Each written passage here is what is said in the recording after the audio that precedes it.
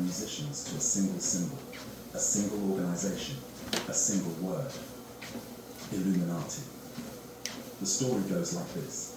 A secret society, centuries old, embedded in every government, every corporation, every awards show green room on the planet. They started revolutions. They crashed economies. They put their symbols on the money and dared you to notice. They are the reason the world doesn't make sense, or, depending on who you ask, the reason it makes too much sense. Nothing is an accident. Everything is designed. And if you can just find the pattern, you can see who's pulling the strings. It's a hell of a story. Here's the problem. Almost none of it is true. The actual Illuminati was founded on May 1st, 1776. Not in a secret underground chamber, not in a cathedral, not in a castle. In a university, by a professor. He was 28 years old. He had 4 students with him. They met in a classroom in Ingolstadt, Bavaria, a town most people couldn't find on a map. They called themselves the Order of Perfectibilists. They thought that was a good name. They changed it later. At their peak, they had roughly 2,000 members. They existed for 9 years. In that time, they overthrew no governments. They replaced no religions. They crashed no economies. They were shut down by the local authorities. Their documents were seized and published, every last page. And their founder spent the last 45 years of his life in exile in a small German town, writing philosophical essays that almost no one read. He died in 1830. The order had been dead for decades. Every internal document the Illuminati ever produced is publicly available. Their secret...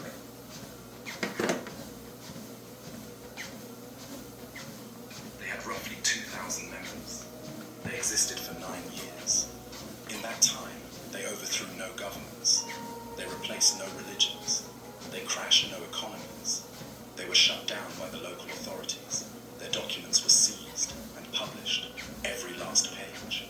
And their founder spent the last 45 years of his life in exile in a small German town, writing philosophical essays that almost no one read. He died in 1830. The order had been dead for decades. Every internal document the Illuminati ever produced is publicly available. Their secret codes, their membership lists, their private letters complaining about each other's laziness. You can read them. Almost nobody does. So here's the question this video is going to answer. How did a failed student club from a Bavarian university become the most famous conspiracy theory in human history? How did an organization that accomplished nothing become the explanation for everything? And what does it tell us about ourselves that we needed them to exist long after they were gone? To understand that, we need to go back to the man who started it all, in a town called Ingolstadt, in a country that was terrified of ideas. The Jesuits raised Adam Weishaupt. That is the first thing to understand about everything that came after. His father, Johann Georg Weishaupt, was a professor of law at the University of Ingolstadt, a small conservative institution in the heart of Catholic Bavaria. When Johann Georg died, Adam was a child. His godfather, Baron Johann Adam von Ickstadt, took over his education. Ickstadt was an Enlightenment sympathizer, a rationalist who had quietly pushed back against the Jesuits' stranglehold on Bavarian academia for years. But Ickstadt could only do so much. The boy still attended Jesuit schools. He still learned under Jesuit teachers. He absorbed their methods, their discipline, their hierarchical thinking, their talent for organizing men into structures of obedience, the way a child absorbs anything, completely, and without the critical distance that might have let him see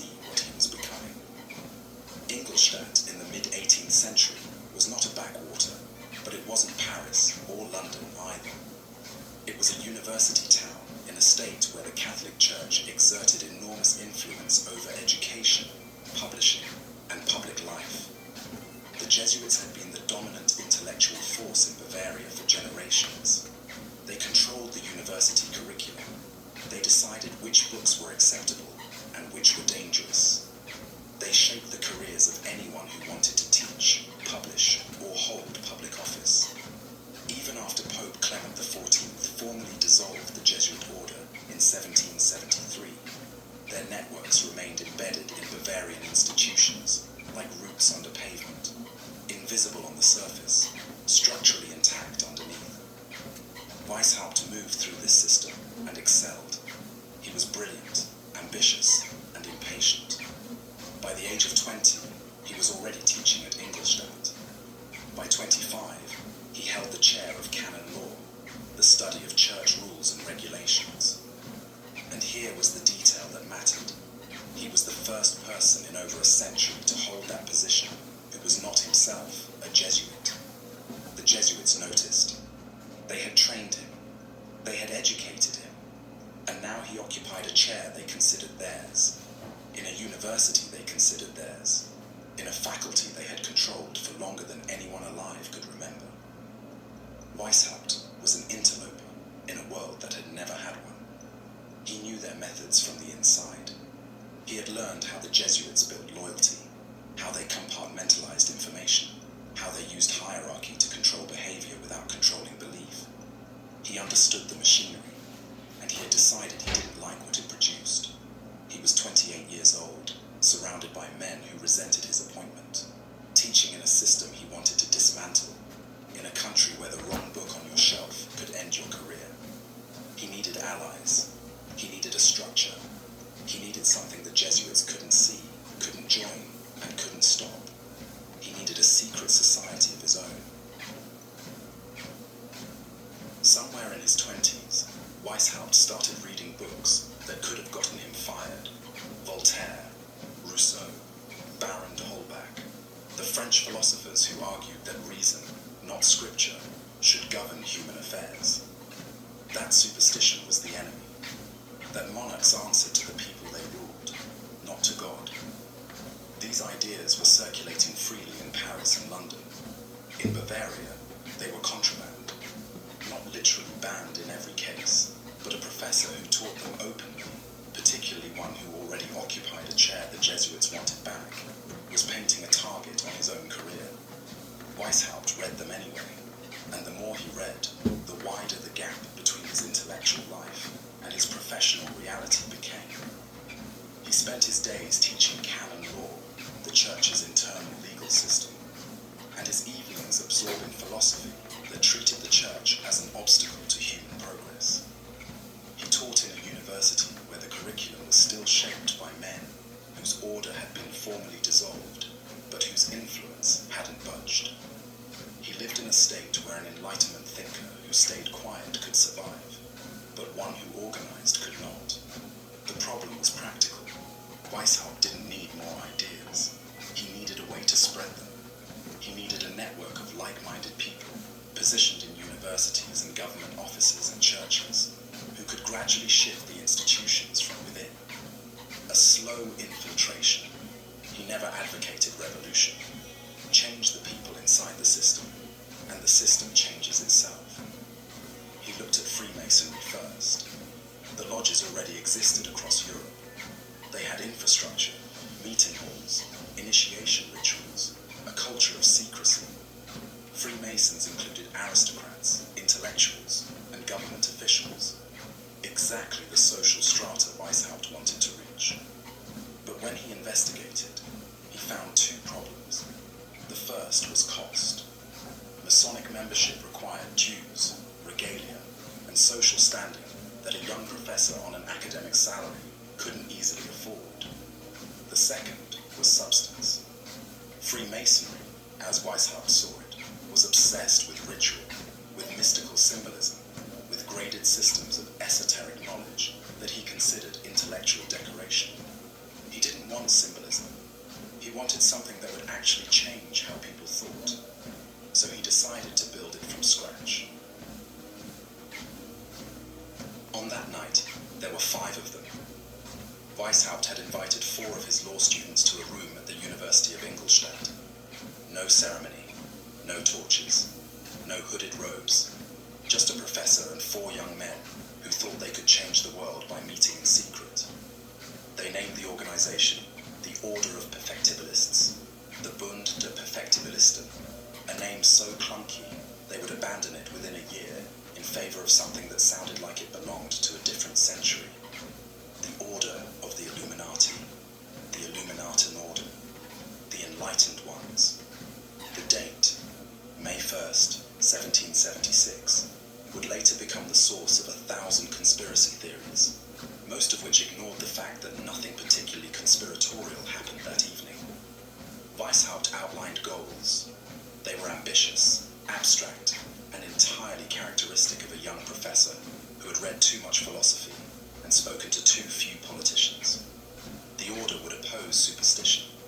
It would combat obscurantism, the deliberate restriction of knowledge by authorities. It would resist religious interference in public life and fight abuses of state power. It would achieve these goals through a secret network of members who would gradually infiltrate existing institutions, governments, universities, churches, and shift them from within. The method was specific. Recruitment would be selective. Members would be educated in stages, each stage revealing more of the order's true purpose. Obedience to superiors would be absolute. Information would flow upward, never downward. Lower-ranking members would not know who led the levels above them. The structure was cellular, compartmentalized, and designed to survive the exposure of any single part. In other words, it was a Jesuit system. Weishaupt had spent his entire life inside the Jesuit machine.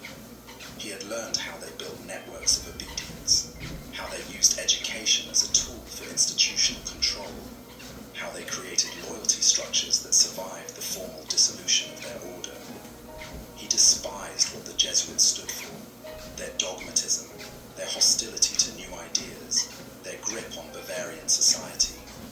And when it came time to build the instrument that would destroy their influence, he reached for the only organizational blueprint he knew. He copied them. The order that was founded to fight hierarchical, secretive, obedience-based institutional control was itself hierarchical, secretive, and demanded unconditional obedience. The man who wanted to free Bavarian universities from the Jesuits had built a Jesuit system with different content and the same architecture. This contradiction would define the Illuminati for the rest of their short existence, and it would haunt Weishaupt long after the order was dead. It's on the second shelf. Got way up there. Oh, no. So, can't let it know what I guess. Or if you didn't catch the one she brought in. Threw away a dead body for sure, but I ain't putting on that on that. Yeah, well, it's on the top shelf. I went in there and get a garbage bag and it jumps down from one shelf to the other. Oh, no. No. How it's getting up on those top shelves is beyond me, but it is. See if I got any gum in my bag, will you? Or give me a piece of gum, please. Give me a piece of gum. There might be some pool cakes, but I know there's some there.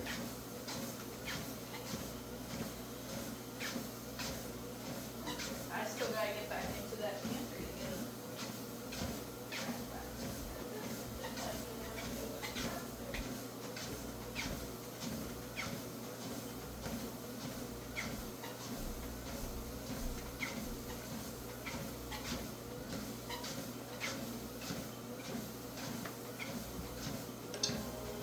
But on May 1st, 1776, none of that mattered yet.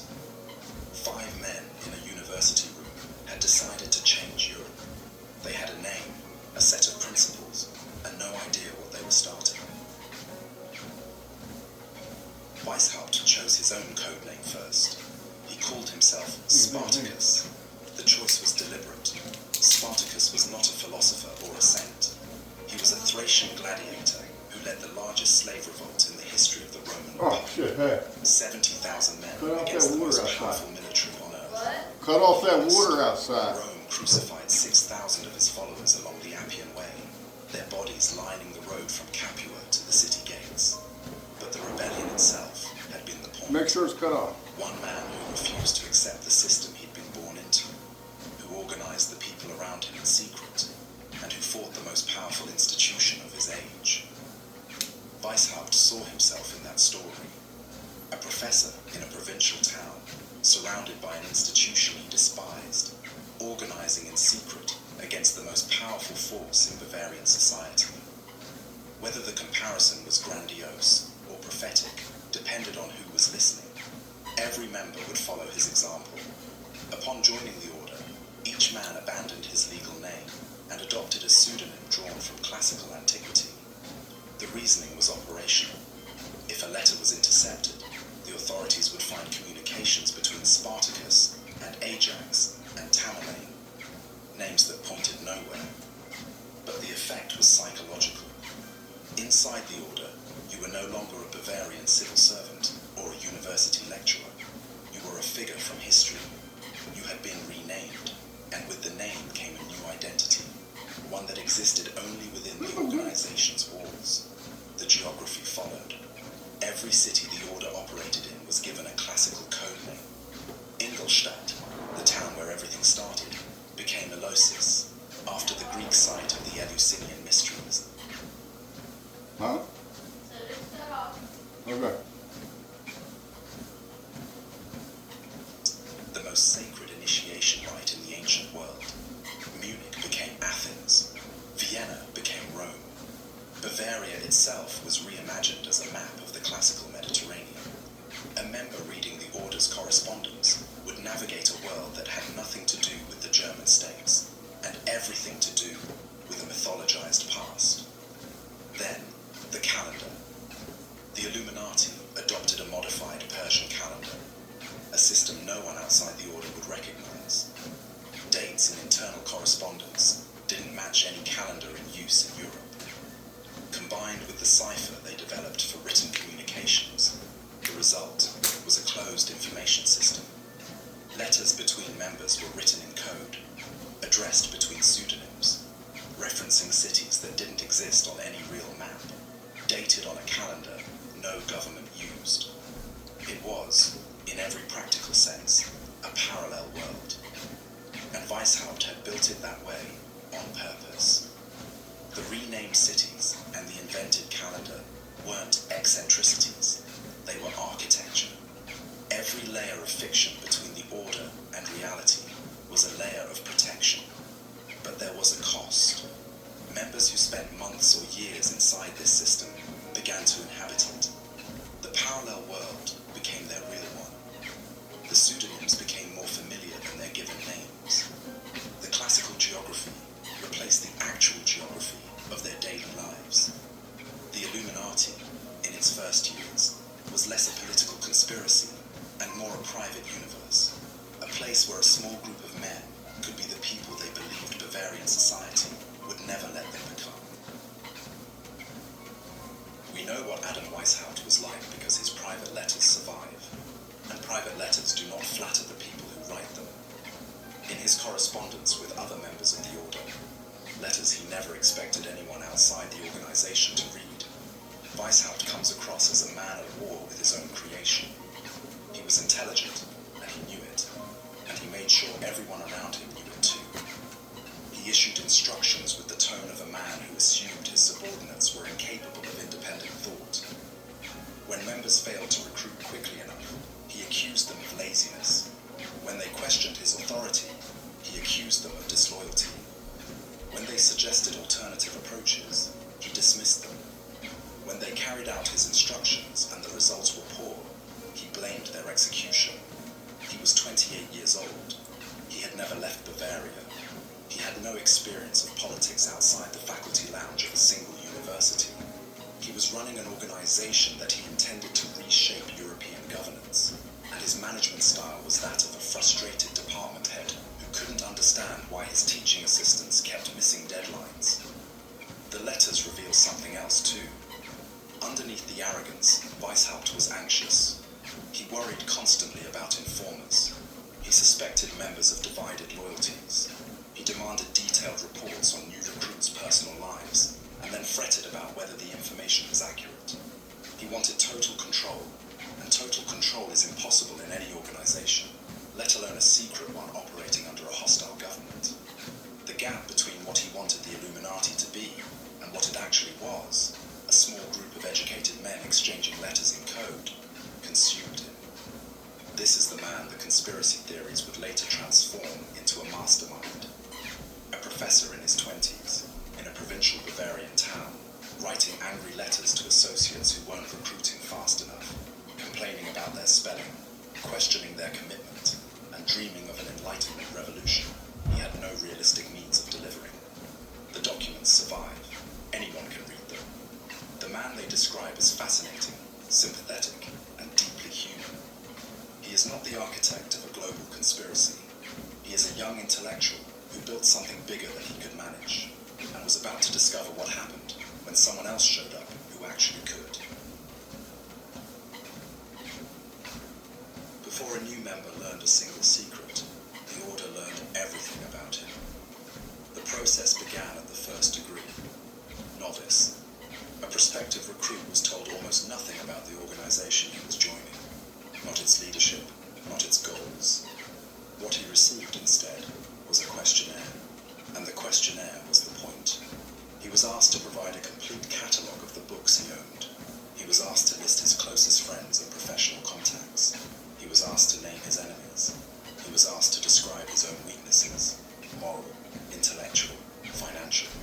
He was asked to identify which aspects of his personality he considered flaws and which he considered strengths. He was asked to pledge that in any conflict between his personal interests and the interests of the Order came first. There was no ceremony, no robes, no oaths by candlelight.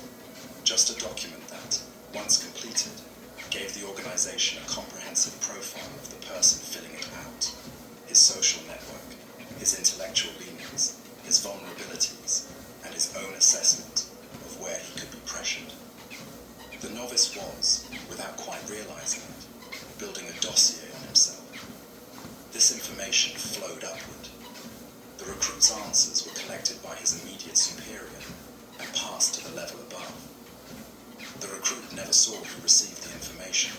He never learned how it was used. The system was designed so that knowledge always traveled in one direction, from the bottom to the top, and never back down. A novice knew nothing about the Minerval above him. A Minerval knew nothing about the illuminated Minerval above her. Each degree existed inside a sealed compartment, visible only to those who had already passed through it. The logic was elegant. A member who didn't know the structure couldn't betray it. If a novice was arrested or interrogated, he could reveal only his own questionnaire answers and the name of the person who had recruited him. He couldn't describe the organization's leadership or its operations, because no one had told him. The Order's security was built into its architecture. You couldn't leak what you didn't know.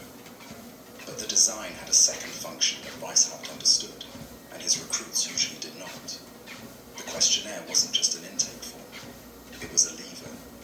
A member who had disclosed his weaknesses and his enemies to an organization he couldn't see had handed over the tools of his own control. If he later became disloyal or inconvenient, the information he had voluntarily provided could be used against him.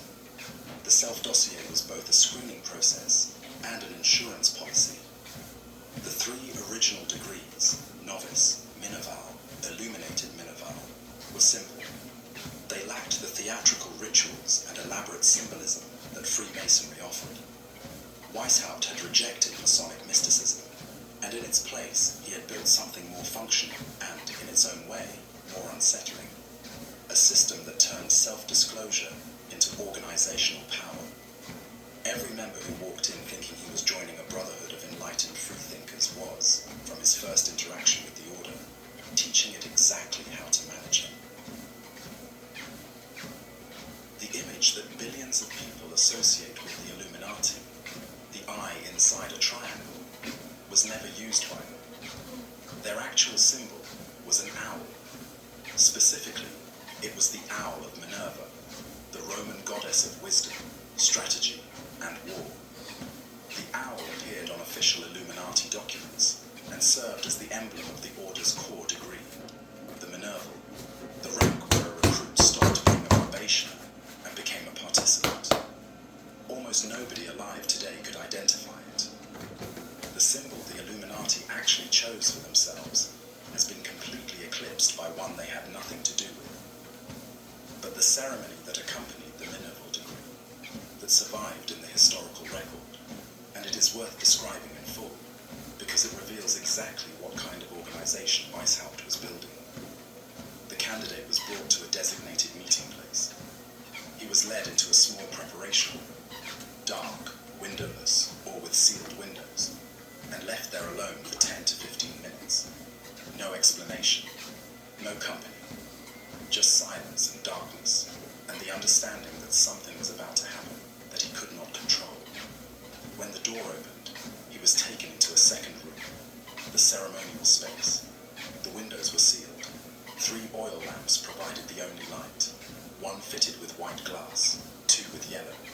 The light would have been uneven, slightly golden, enough to see faces, but not details. At the far end of the room, a green screen concealed the presiding superior, the highest-ranking member present. The candidate could hear the superior's voice, but could not see his face. The oath came next. The candidate pledged eternal silence about everything he saw and heard within the order. He pledged loyalty to the organization and its leadership. He pledged blind obedience, not partial, not conditional, but absolute. He accepted, in advance, any punishment the order might impose if he broke the oath.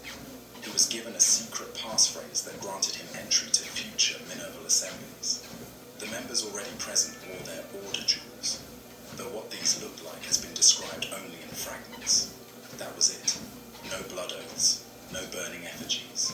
The ceremony was austere, deliberately controlled, and designed to do one thing: make the moment feel irreversible. The darkness, the waiting, the unseen voice behind the screen, the absolute language of the oath, all of it served to create the psychological impression that the candidate had crossed a threshold he could not uncross. He had entered a structure he could not fully see, sworn himself to leaders he could not fully identify, and accepted consequences he could not fully know. The novice questionnaire had been rational. The Minerval initiation was emotional. Together, they formed a 2-stage lock. The first captured the recruit's information. The second captured his commitment. Weishaupt understood that data alone wouldn't hold a man inside a secret society. He also needed the man to feel bound, to feel that leaving would cost something he couldn't articulate. The Owl of Minerva watched over all of it, a symbol of wisdom, chosen by a professor who believed that knowledge, properly organized, properly controlled, was the most powerful force in the world. The fact that this owl has been completely forgotten, replaced in the public imagination by a symbol the Illuminati never used, is itself a story, one that comes later. The original 3 degrees worked for a small group. They would never work for an empire. By 1780, the order had grown beyond what Weishaupt's initial design could manage, and a new architect had arrived. A man whose biography belongs later in this story, but whose engineering belongs here. His name was Adolf von Knebke, and he took the Illuminati's modest 3-tier structure and rebuilt it into something far more ambitious. A graduated system of degrees, organized into 3 classes, stretching from the lowest probationer to a rank its own designers may never have fully defined. The first class was called the nursery. It contained the degrees a recruit would pass through in his early years: novitiate, Minerval, and Illuminatus Minor. These were the gates, the stages where a member proved his loyalty, submitted his personal information, and demonstrated that he could follow instructions without asking too many questions about where those instructions originated. The second class was borrowed. 5 degrees: apprentice, companion, master, Scottish novice, and Scottish knight, were adapted directly from Freemasonry. This was a strategic decision. Knebke understood that the Illuminati needed to operate inside the Masonic world. Many of its recruits were already Freemasons, and the Masonic degrees gave the order's structure a familiar shape that existing lodge members would recognize. A Freemason entering the Illuminati found a hierarchy he already understood. The same titles, the same progression. What he didn't realize was that the Illuminati's version of those degrees served an entirely different purpose. Masonic degrees led to brotherhood. Illuminati degrees led to obedience. Then came the third class, the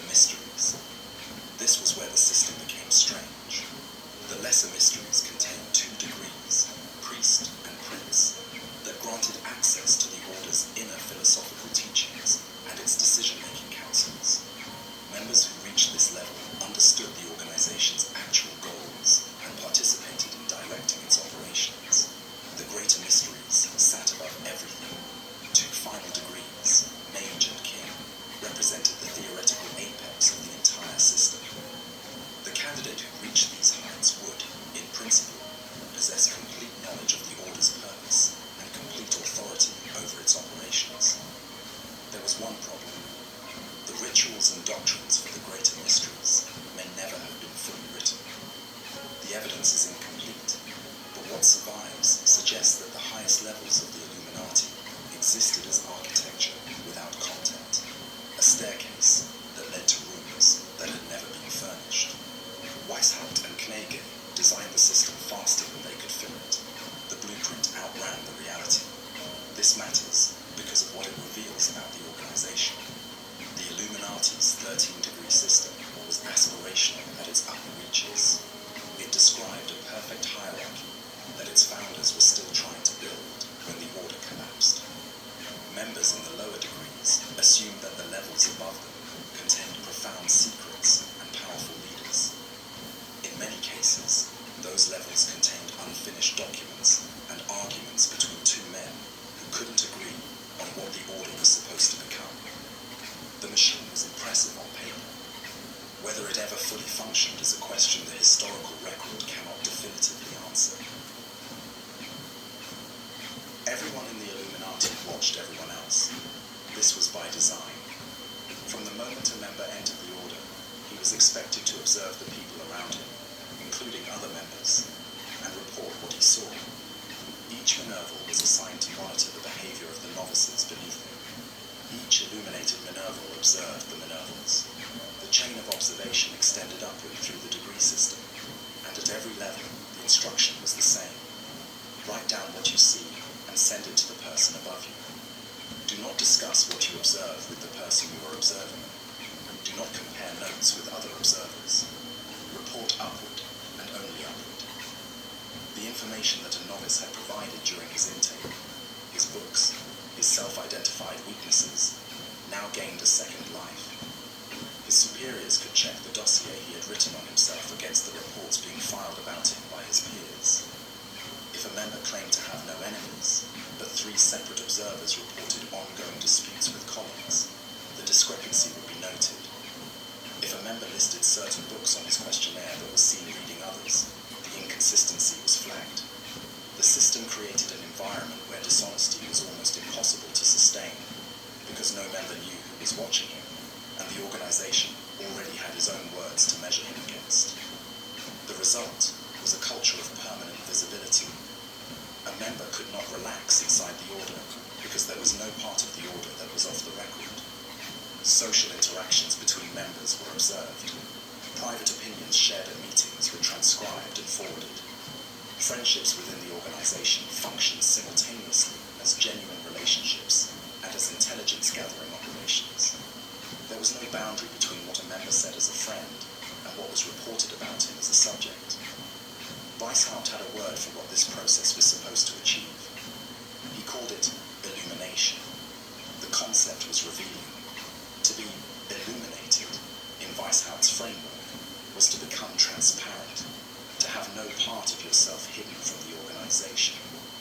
A fully illuminated member was someone who had been seen completely, his habits observed, his opinions catalogued, his relationships mapped, his contradictions identified. Illumination was the process by which the private self was dissolved into the organizational record. What remained was a member whose interior life was no longer entirely his own. Whether Weishaupt recognized the irony is unclear. An order founded to combat institutional control over the individual had built the most thorough system of individual control any of its members had ever encountered. The Jesuits had demanded obedience to doctrine. The Bavarian government had demanded obedience to the law. The Illuminati demanded something more intimate, obedience to transparency itself. Every secret you had once owned now belonged to an organization that kept secrets professionally. The effect on membership was predictable. Some men thrived in the environment, the ambitious ones, the ones who saw the surveillance apparatus as a tool they could use rather than one that was being used on them. Others grew uneasy. The men who had joined expecting a brotherhood of intellectual equals found instead an organization that knew them better than their own families did, and that showed no indication of ever forgetting what it had learned.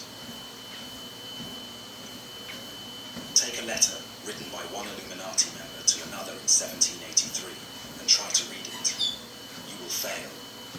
Every identifying feature, the names, the cities, the dates, the text itself, has been replaced by something fictional. Nothing in the document corresponds to anything the Bavarian official could verify. It reads like a letter from another civilization. This was normal correspondence inside the Illuminati. The pseudonyms, the renamed cities, the Persian calendar, the cipher, each of these elements had already been built into the Order's architecture as individual security measures. But in daily practice, they operated simultaneously. A single piece of routine correspondence required a member to encrypt his text, sign with his code name, address it to another code name, date it on a calendar no one outside the Order used, and reference a geography that existed only in the Order's records. The effect was cumulative. The deeper a member went into the communication system, the further he drifted from the shared reality of the German-speaking world. This was deliberate. Each layer of encryption, the ciphered text, the pseudonyms, the renamed cities, the foreign calendar, served an obvious security function. If a letter was intercepted, the authorities would find an incomprehensible document addressed between fictional people in fictional places on a fictional date. Operationally, the system was effective, but the deeper consequence was cultural. Members who spent months inside this communication system began to think in it. Their pseudonyms stopped feeling like aliases and started feeling like identities. The codename geography stopped feeling like a security measure and started feeling like a real map. One that described the world as the Order understood it, with the Order's values and the Order's frame of reference built into the place names. A member who wrote Athens for Munich wasn't just protecting himself from the authorities. He was inhabiting a version of Bavaria that the Illuminati had authored. The result was an organization that had sealed itself off from the outside world at the level of language itself. The Illuminati's members could talk to each other in a system no outsider could decode, and that system gradually became the primary lens through which they understood their own activities. They weren't civil servants meeting in a beer hall. They were classical figures in classical cities on a calendar that predated Christianity, working toward goals that would take generations to achieve. This was the machine Weishaupt had built. Degrees that controlled access, surveillance that turned members into data, a communication system that sealed the entire Order into its own reality. By 1782, the machine was sophisticated, it was paranoid, and it was about to attract exactly the kind of attention its designer had spent 6 years trying to avoid. In 1780, a 27-year-old German writer named Adolf Franz Friedrich, Freiherr von Kneiger, joined the Illuminati. Within 2 years, he would do more for the Order than Weishaupt had managed in 4. Kneiger was everything Weishaupt was not. Where Weishaupt was a provincial academic who had never left Bavaria, Kneiger was a travelled aristocrat with connections across the German states. He was also a senior Freemason who understood the Masonic world from the inside, its lodges, its rivalries, its internal politics, and its appetite for new ideas. Weishaupt had rejected Freemasonry. Kneiger had mastered it. And while Weishaupt wrote letters complaining that his followers couldn't execute his plans, Kneiger walked into rooms and recruited the people in them. Before the Illuminati, Kneiger had been a writer and social reformer. He had published essays, maintained correspondence with prominent thinkers across Germany, and built a reputation as someone who understood the mechanics of social influence, how people formed groups, how groups gained authority, how authority could be directed towards specific ends. He joined the Illuminati because its stated goals matched his own: enlightenment reform through organized action. What he found when he arrived was a small organization with ambitious principles and almost no capacity to act on them. Weishaupt had built the architecture. The structure existed. The degrees, the questionnaires, the code names, the cipher. But the order still numbered in the dozens, not thousands. Its members were mostly Weishaupt's own students and a scattering of local sympathizers. It had no presence outside Bavaria. It had no foothold in the institutions it claimed it would transform. It was, in Knäger's assessment, a philosophy club pretending to be a conspiracy. Knäger changed that. His method was recruitment, and his tool was Freemasonry. He understood that the Masonic lodge system, already spread across Europe, already organized into hierarchies, already operating in semi-secrecy, was the perfect infrastructure for Illuminati expansion. Rather than building a new network from scratch, the Illuminati could grow inside an existing one. Knäger began attending lodges, identifying dissatisfied members, men who found Masonic rituals hollow, or who wanted their lodge work to lead to real-world political reform, and offering them something that felt more purposeful. His recruitment pitch was simple. The Illuminati had the goals that Freemasonry talked about, but never acted on. Where lodges debated virtue in the abstract, the Illuminati was building practical structures for changing society. A frustrated Freemason hearing that pitch for the first time would have recognized his own dissatisfaction being described back to him, and would have been offered a path beyond it. It worked. Between 1780 and 1782, the Illuminati's membership exploded. Knäger recruited across multiple German states, bringing in men of rank and education who would never have responded to a letter from an unknown professor in Ingolstadt. He gave the order credibility and geographic reach, access to exactly the class of people Weishaupt had always intended to recruit, but had never been able to reach on his own. The organization Knäger inherited had been a closed system operated by a frustrated academic. The organization he built was a network with active cells across the German-speaking world and a recruitment pipeline that ran through the most established fraternal institution in Europe. The man who showed up and actually could, the figure that Weishaupt's own limitations had made necessary, had arrived. The idea came before Knäger did. In 1777, a year after founding the Illuminati, Weishaupt did something that contradicted everything he had said about Freemasonry. He joined a Masonic lodge in Munich. The man who had dismissed the Masons as too expensive and too mystical walked into a lodge, paid the fees, learned the rituals, and became a member. He had not changed his mind about Freemasonry. He had realized what it was useful for. Masonic lodges in the late 18th century were everywhere. They operated in nearly every major European city. Their members included aristocrats, civil servants, military officers, academics, and clergy. Exactly the profile of people the Illuminati wanted to recruit. The lodges already had meeting spaces, communication networks, and a culture of semi-secrecy that their members were accustomed to operating within. Building a parallel infrastructure from scratch would have taken years. Infiltrating one that already existed could take months. By 1779, the Illuminati had gained control of the Lodge of Theodore of Good Counsel in Munich. The takeover was not violent or dramatic. Illuminati members joined the lodge individually, rose through its ranks, and gradually shifted its leadership. From the outside, the Lodge of Theodore still looked like a Masonic lodge. It held Masonic meetings. It used Masonic rituals. But its senior officers were Illuminati. Its agenda was set by the order, and its new recruits were screened not for their interest in Masonic Brotherhood, but for their potential usefulness to Weishaupt's project. This was the model that Knäger would later scale across the German states. The strategy depended on a distinction that most Freemasons did not fully grasp. Freemasonry and the Illuminati were fundamentally different organizations with fundamentally different purposes.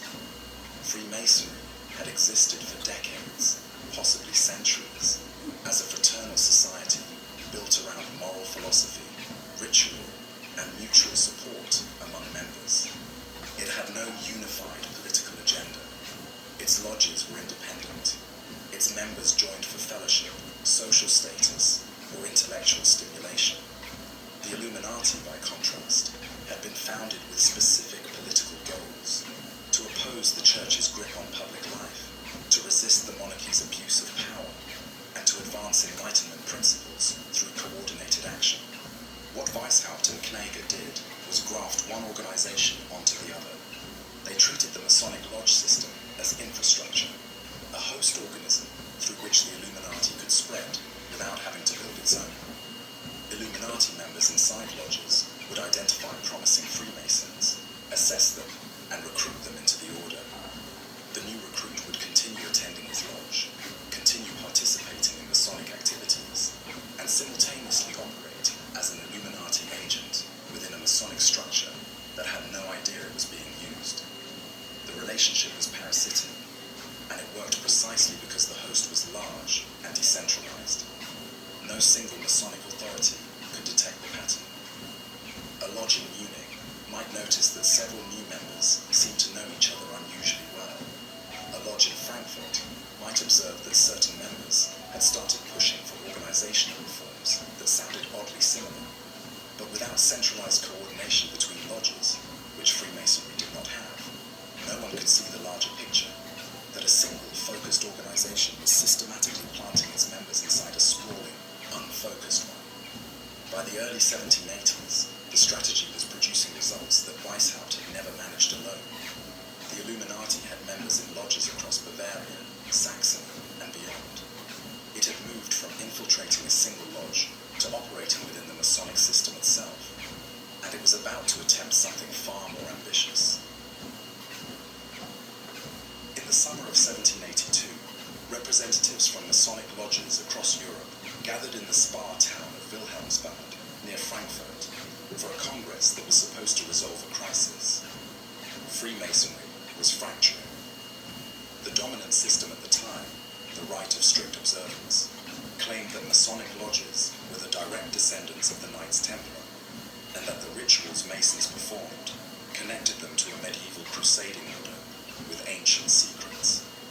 It was an appealing story, but by the 1780s, many lodge leaders no longer believed it, and the question of what Freemasonry actually was and what it was for had become genuinely contentious. The Congress of Wilhelmsbad was convened to settle the matter, to reform Masonic practice, to unify the competing systems, and to decide whether the Templar origin story would survive. Knäger arrived with a different agenda entirely. He came to Wilhelmsbad as a delegate, a respected Freemason with a reputation for organizational thinking. What most of the other delegates did not know was that he was also an Illuminati operative with a specific mission: recruit as many of them as possible and block any outcome that would consolidate Masonic authority in a way the Illuminati couldn't control. He succeeded on both counts. Over the course of the Congress, Knäger identified sympathetic delegates, men who were frustrated with the strict observance's mystical claims, men who wanted Freemasonry to serve a practical purpose, and brought them into the Illuminati's orbit. He did not need to recruit every delegate. He needed to recruit enough of them to ensure that the Congress's decisions would not threaten the Illuminati's growing presence inside the Masonic system. By the time the Congress concluded, the strict observance had been effectively dismantled as the dominant Masonic rite, and Knäger had built relationships with lodge leaders across the German states, France, and beyond. This was the high watermark. The Illuminati had gone from a handful of students in a single Bavarian city to an organization with influence inside the largest fraternal network in Europe. Its members held positions in Masonic lodges, in university faculties, in government offices, in the military. The order had not achieved its stated goals. It had not reformed society or dismantled the church's political power. But it had built the kind of organizational infrastructure that, in theory, could attempt those things. And that was the problem. An organization that operates in total secrecy is safe only as long as it remains invisible. The Illuminati's growth at Wilhelmsbad made it visible, not to the general public, but to the people who paid attention to what happened inside Masonic politics. to wonder why certain colleagues had suddenly developed identical ideas about reform. Rival Masonic factions who had been outmaneuvered at the Congress began asking who had coordinated the effort. Whispers about a secret organization operating inside Freemasonry started circulating among the very people the Illuminati needed to keep unaware. Success had created a footprint, and footprints could be followed.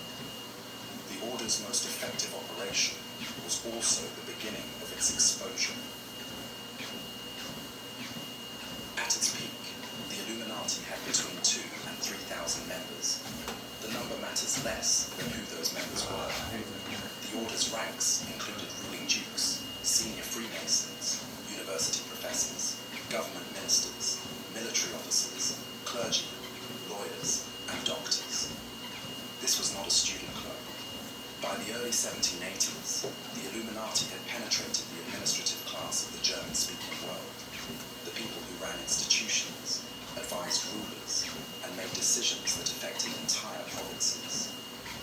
The most famous name on the membership rolls was Johann Wolfgang von Goethe, already recognized as one of the foremost writers in Europe. Goethe was initiated by Johann Joachim Christoph Bode, a translator and publisher who served as one of the Order's most effective recruiters. How deeply Goethe engaged with the Illuminati remains genuinely debated. His membership is confirmed. His level of commitment is not. He may have treated the Order as one more intellectual circle in a life full of them, or he may have taken it more seriously than his later reputation allowed him to admit. What is certain is that Bode brought him in, and that having Goethe's name associated with the Order gave it a cultural legitimacy that no amount of organizational engineering could have produced. Johann Gottfried von Herder, philosopher, theologian, and one of the intellectual architects of German Romanticism, was also a member. Like Goethe, the depth of his involvement remains disputed, but his name appeared on the rolls, and his presence added weight. Then there were the men who were not famous, but who were powerful. Duke Ernest II of Saxe-Gotha-Altenburg held 2 Illuminati code names, Quintus Severus and Timoleon, and served as Grand Master of the Freemasons in Germany. He joined in 1783, at the height of the Order's influence. Duke Ferdinand of Brunswick-Wolfenbüttel, another senior figure in European Freemasonry, was also a member. These were men whose political authority extended across entire German states.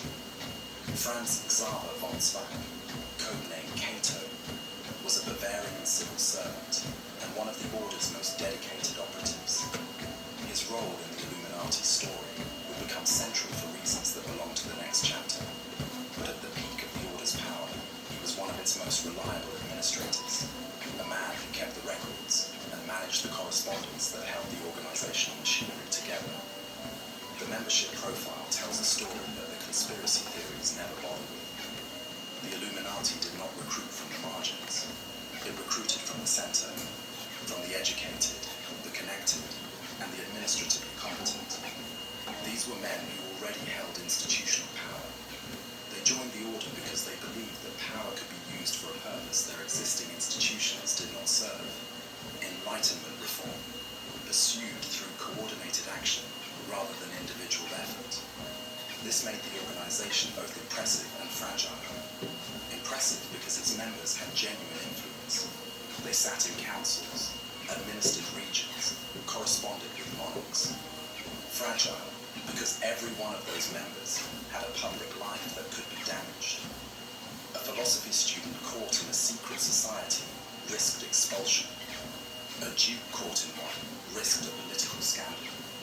The higher the Order reached, the more it had to lose. The 2 men who built the Illuminati could not stand each other.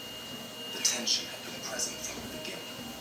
Weishaupt was the founder, the authority, the man who believed that the Order existed to execute his vision, and that every member's role was to follow the instructions passed down from the top.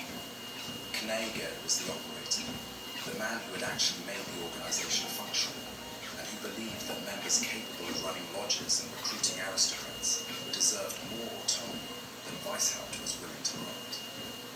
The conflict came down to a single question: who controlled the order? Weishaupt's answer was clear. He did. He had designed it, named it, written its principles, and served as its supreme authority for 6 years before Knege arrived. In his view, the expanded structure Knege had built was an extension of his original vision, and the members Knege had recruited owed their loyalty to that vision, not to the man who had enrolled them. Knege saw it differently. He had transformed a provincial experiment into a functioning network. He had designed the degree system that gave the order its organizational depth. He had recruited the members who gave it reach and credibility. And he had done all of this while Weishaupt sat in Ingolstadt writing letters. Letters that were, increasingly, complaints about how Knege was doing the work wrong. The correspondence between them deteriorated through 1783 and into 1784. Weishaupt accused Knege of overstepping his authority, of making promises to recruits that the order couldn't keep, of treating the Illuminati as his personal project rather than a collective enterprise. Knege accused Weishaupt of paranoia and an inability to share power with anyone who might challenge his intellectual dominance. Both men were probably right. In 1784, Knege withdrew from the order. He signed an agreement pledging silence about its internal affairs, and walked away from the organization he had spent 4 years building. The Illuminati lost its best recruiter and the architect of the system that had made it viable. Weishaupt retained control of an organization that was, by that point, already attracting the kind of attention that would eventually destroy it. Knege went on to write a book. In 1788, he published Über den Umgang mit Menschen, On Human Relations, a guide to social conduct that became one of the most widely read German books of the 18th century. It was practical, witty, and thoroughly concerned with how individuals should navigate social hierarchies, manage professional relationships, and present themselves in polite company. It became so popular that Knege's own surname entered the German language as a synonym for etiquette. To this day, Ein Knege in German refers to a manual of proper social behavior. The man who infiltrated European Freemasonry and designed a 13-degree secret society. That man's lasting contribution to German culture is a book about table manners and how to make polite conversation at dinner parties. The irony would have been lost on no one who knew the full story. Almost no one does. The Illuminati did not collapse because the government discovered them. They collapsed because their own members gave them away. By 1783, the whispers that had started circulating after Wilhelmsbad had reached people outside the Masonic world entirely. Disillusioned former members, men who had joined expecting intellectual fellowship and found an organization